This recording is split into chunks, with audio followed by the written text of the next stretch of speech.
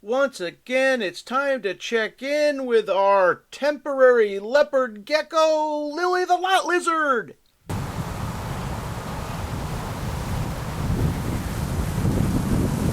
Hi everybody, Beanmeister22 here, and by temporary, if you remember, I'm just taking care of this gecko until it finds a home.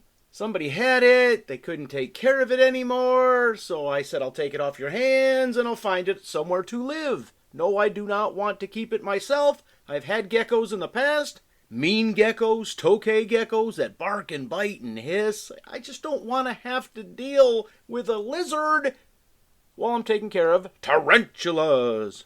You will see in this video that old Lizzie here may not have the best eyesight in the world.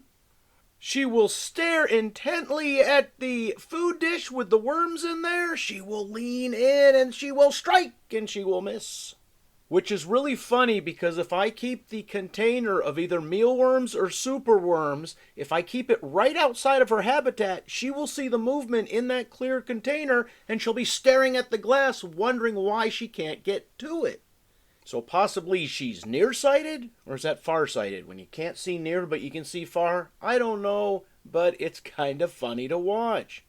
Also, even though these leopard geckos come from dry, sandy, rocky regions, it's not the best thing for them to have sand substrate in their habitat.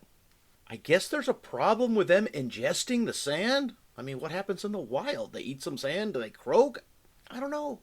Are pampered geckos that live in captivity, are they just so soft that they're saying, "Ooh, here's some sand, I think I'm going to eat it"? Yeah, that was my gecko voice. So I'm really not 100% sure why that is an issue. That's what I've been reading online on care sheets. And since I already have a few fish on the hook, as they say, I'm making the hand railing motions. Got a fish on the line, fish on! Who are possibly willing to take this lizard off my hands. I don't want to change up the habitat. But if she's going to be here for an extended period of time, we're going to have to fix her habitat. And strangely enough, from what I've been reading, pretty much the best is just those plain, boring mats you put down. I guess as long as you have a cave and some places for them to hide in and climb on, they're not really going to dig any holes. And I haven't seen any evidence that she likes to dig holes. All right, what do you think? Do you know anything about lizards? Anything about geckos? Anything about leopard geckos? Well, I know a little bit about lizards. I know a little bit about geckos. And I don't really know a whole lot about leopard geckos. Remember, I had house geckos and tokay geckos. But hey, a gecko's a gecko, right? Well, not exactly. All right, leave your comments in the comment section. As always, thanks for watching.